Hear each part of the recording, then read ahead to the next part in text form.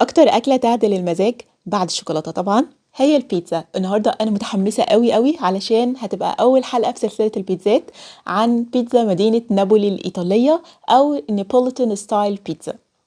البيتزا الايطالي لما بتتعامل مظبوط في البيت بتبقى قطعه فنيه، لان قد ايه المكونات البسيطه وبالتكنيك الصح بيعملوا حاجه في منتهى الجمال. الكراست بتاع البيتزا بتبقى هشة ومقرمشة سنة وطرية من جوه، وليها طعم مميز جدا. والسر فيه هو البولش او الخميرة اللي احنا هنعملها مع بعض، ازاي تتسوى صح في فرن البيت، وازاي كمان الجبنة تبقى بتمط كده. كل الكلام ده هنقوله بالتفصيل في الفيديو.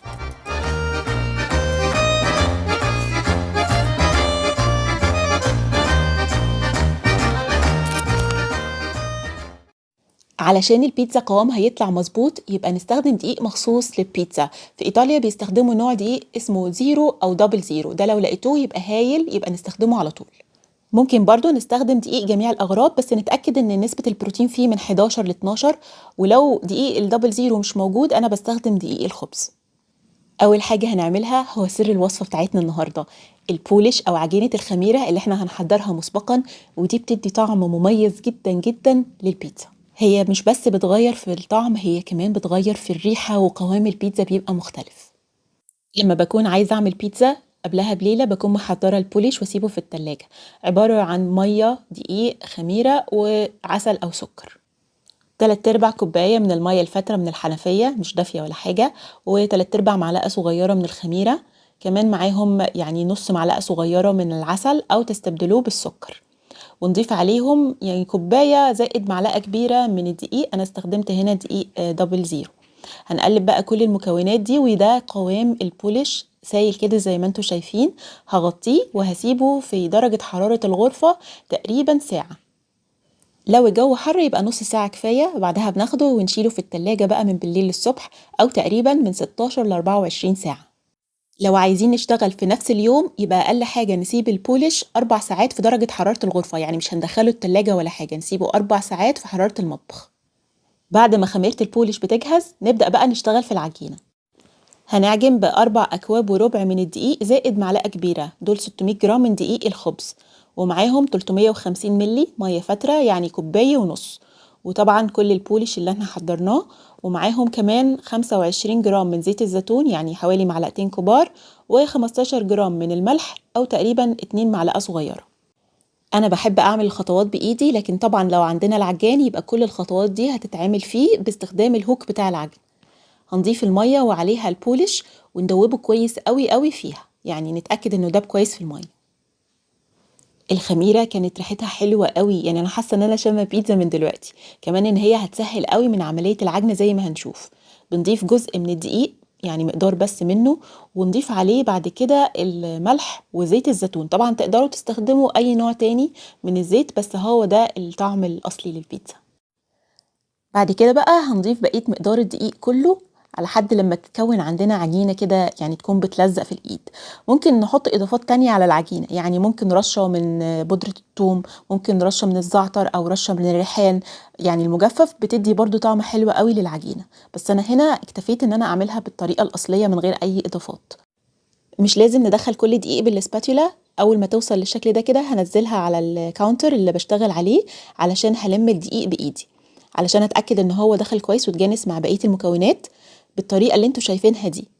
بس ما تكتروش في العجن، يعني اول ما تلاقوا العجينه بقت لمت كده وتجانست مع بعض عند الشكل ده كده هنوقف، مش هنكمل، لان لو كملنا بالشكل ده العجينه هتبقى بتلزق قوي قوي. فمجرد بس ان الدقيق والسوائل يكونوا اختلطوا مع بعض هنوقف، لان بصوا العجينه بتلزق ازاي. هنعمل ايه؟ هنغطيها ونسيبها ربع ساعه بالظبط.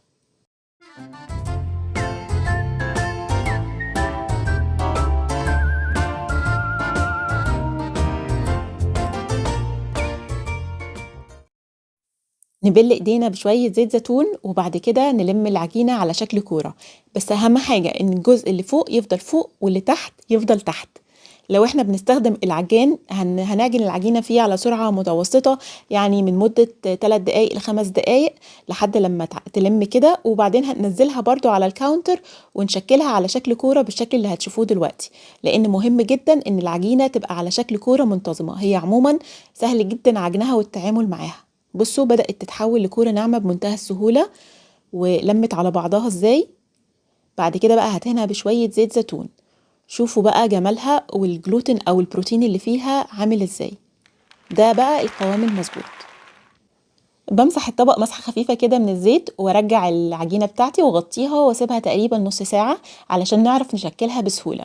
المقدار ده من العجين بيعمل تقريبًا 5 كور عجين، يعني 5 بيتزات، وفي الغالب أنا باضاعف الكمية لإن عجينة البيتزا بتتفرّز حلو أوي. بعد كده بقى هننزل العجينة على الكاونتر اللي هنشتغل عليه، بس مهم ان الجزء اللي فوق يفضل فوق واللي تحت يفضل تحت.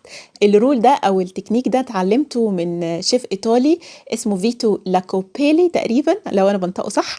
هسيب لكم اللينك بتاع قناته علشان لو حابين تتعلموا منه حاجات هايلة، يعني قناة كلها عن البيتزا. هقسم بقى العجينة ل5 كور زي ما قلت لكم، وممكن اقل من كده لو عايزين حجم البيتزاية يبقى اكبر. هو عموما يعني النيابوليتان ستايل بيتزا بيبقى حجم الواحدة منها يعني تقريبا من 250 ل 280 جرام على حسب احنا عايزينها كبيرة قد ايه. بس يعني الحجم ده بيطلع بيتزاية متوسطة او اكبر من المتوسطة بشوية. لازم نشكلها على شكل كورة منتظمة كده، على ان ده اللي بيخلي شكل البيتزاية يبقى حلو. لما نيجي نقطع من العجين بنقطع من تحت كده، ونخلي الجزء المقطوع هو اللي لتحت بالشكل ده. بكون مجهزة صينية مرشوش عليها خليط من الدقيق على سيمولينا، والمسافة ما بين كل كورة والتانية تقريبا حوالي 3 صوابع علشان لما يخمروا ما يلزقوش جامد في بعض. بدهن العجينة بشوية زيت وبرشها بدقيق وبغطيها كده بكلينج فيلم. أنا كمان بدهن الكلينج فيلم بشوية زيت علشان أضمن إن العجينة ما تلزقش فيه. هنسيبهم يخمروا لمدة ساعتين أو لحد لما نلاقي الكور حجمها تضاعف وبدأوا كده يدخلوا على بعض. من القواعد بقى المهمة في عالم البيتزا إن احنا نكون مجهزين الصلصات وكل الحشوات اللي احنا هنشتغل بيها قبل ما نبدأ في تشكيل البيتزا وخبزها. الصلصة بقى بتاعة البيتزا واللي بتديها طعم مميز جدا مكوناتها بسيطة قوي. أهم حاجة نستخدم طماطم تكون حمرا كده ونوعها حلو، ولو انتوا طلاينة يبقى أكيد هتستخدموا طماطم نوعها سان مارزانو. بنعمل كده كروس على الطماطم من فوق وبنحطها في المية المغلية 3 أو 5 دقايق علشان نعرف إن احنا نقشرها بمنتهى السهولة. بنطحن الطماطم في الكبة أو الخلاط من غير أي سوائل، بحيث يبقى عندي كده صوص طماطم فريش مركز من غير أي إضافات. ممكن نستخدم الكنز بتاعة الطماطم بس يكون نوعها حلو. رشة ملح حسب ذوقنا ومعلقتين كبار من زيت الزيتون، وطبعا لو عندنا ريحان فريش يبقى هايل جدا. هنستخدم حوالي 5 ورقات كده نقطعهم بالإيد، لو مش موجود يبقى مثلا ربع أو نص معلقة صغيرة من الريحان المجفف. ودي المكونات الأساسية. ممكن نزود بقى إضافات زي الشطة والفلفل الأسود، ممكن كمان بودرة بودرة توم. كلمة راحت من دماغي. هي الصلصة كل مكوناتها فريش بس طعمها حلو قوي، يعني انتوا مش متخيلين ان الصوص اللي مش مطبوخ ده طعمه حلو قد ايه. دي كانت الطريقة الأصلية. الطريقة بقى اللي أنا بحب أعمل بيها دايما صوص البيتزا إني بحط معلقتين من زيت الزيتون وحوالي فصين من التوم متقطعين كده شرايح زي ما انتوا شايفين. أقلبهم شوية في الزيت لحد ما تبدأ ريحتهم تبان، وبعد كده بضيف عليهم حوالي 2 أو 3 من شرايح الأنشوجة. الأنشوجة طعمها مش بيدي طعم سمك خالص في الصوص، بس هو بيدي طعم أمامي أو طعم كده حلو احنا مش عارفين هو جاي منين. اللي بيدي نفس التأثير برضو الصويا صوص. هضيف بعد كده العصير الطماطم، يعني تقريبا نص لتر من عصير الطماطم المركز، رشة من السكر ورشة من الملح، وبعد كده بقى فلفل اسود. كل الحاجات دي على حسب ذوقكم يعني تقديرية. لو بتحبوا الشطة زي شطشطوها ودوسوا في الشطة. بغلي غلوتين وبطفي النار، مش بتتسبك على النار ولا أي حاجة. هضيف بعد كده بقى كام عود من الريحان، حابين تضيفوا زعتر، حابين ريحان مجفف، أي أعشاب حابين تضيفوها في المرحلة دي. مش بنغليها ولا حاجة. أنا عايزة أحافظ على طعم الطماطم فريش على قد ما أقدر. بصوا جمالها وريحتها مش ممكن. هو ده القوام يكون كده فيه قطع من الطماطم. نسيبها بقى تبرد خالص قبل ما نستعملها. وتعالوا بقى نتكلم شوية عن الجبنة. حاولوا تجيبوا الجبنة من عند الجبان اللبان. يعني جبنة تكون من مصدر حيواني ما فيهاش زيوت وحاجات زي كده. او تجيبوا البلوكات بتاعه الجبنه الموتزاريلا دي اللي هي مش فيها ميه، انا بجيب اللي هي ناشفه شويه وببشرها، مش بستخدم اللي بتبقى مبشوره جاهزه في السوبر ماركت لان دي بيكون معاها نشا ومواد كده بتمنع تكتل الجبنه، وده بيأثر جدا على مطه الجبنه وانها تسيح حلو في الفرن. من الحاجات اللي تخلي الجبنه تمط ان احنا نستخدمها في درجه حراره المطبخ، يعني ما ينفعش نستخدمها بارده من التلاجة، لا لازم تاخد درجه حراره المطبخ. كمان طريقه تسويه الجبنه ودرجه حراره الفرن بتفرق برضو معانا، دي هتكلم عنها بعد كده. ممكن ان انتوا تستخدموا ميكس من الجبن مع الموتزاريلا زي الجبن القشقوان والجبن الشلل السوري، كل دول برضو بيدوا مطه حلوه. طريقة التسوية مهمة جدا علشان البيتزا تبقى كأنها معمولة في فرن حطب. بنشغل الفرن بتاعنا على أعلى درجة حرارة يوصل لها فرنكم، شغلوها على أعلى درجة حرارة. لو عندنا حجر بيتزا بنستخدمه، لو مفيش بنقلب صينية الفرن بالشكل ده كده. درجة الحرارة العالية هي اللي بتخلي البيتزا تستوي بسرعة فما تنشفش وتديني الكراست المميزة جدا للبيتزا الإيطالي. ركزوا معايا في مرحلة التشكيل عشان دي برضو مهمة قوي. هو كل المراحل مهمة بس بسيطة والله. دلوقتي العجينة خمرت تضاعف حجمها وبدأوا يدخلوا على بعض. أكون مجهزة خليط كده من الدقيق على السيمولينا، برش شوية دقيق على العجينة، ويكون معايا بنش سكريبر، ده برضو مهم هقول لكم ليه. هاخد شوية من الدقيق عليه واقوم مدخلاه كده تحت العجينة بالراحة، سنة كده وهوب اقوم مزحلقاه تحتها وارفعها بالسكريبر كده، واقوم حطاها في طبق الدقيق. هقلبها كده تقلبتين بالراحة خالص في الدقيق واقوم منفضاه واحطها على البنش بحيث ان الوش يفضل لفوق. تمام، وهفرد من النص للاطراف من غير ما ادوس على الاطراف خالص. عايزين نحافظ على الهواء اللي موجود في اطراف البيتزا علشان تبقى هشة كده ومش مكتومة، فبنفرد بايدينا كده واقلبها علشان اتخلص من الدقيق، وكمان اقوم مبططاها من النص كده وارجعها تاني على الوش بالشكل ده كده. تمام، علشان ما تقبش من النص، وبايد تبطط والايد التانية تشد العجينة بالشكل ده علشان اوسعها على قد ما اقدر. مش هتلاقوا اي شيف ايطالي بيفرد البيتزا بالنشابة لانها هتخرج الهواء اللي احنا محافظين وتعبين روحنا علشان نحافظ عليه في الاطراف، اللي بيخلي كده الطرف بتاعها هش ومقرمش. فبالايد كده ممكن ان احنا نرفعها وبقبضة ايدينا الاتنين تبقى تحت كده وتحركها بالشكل ده.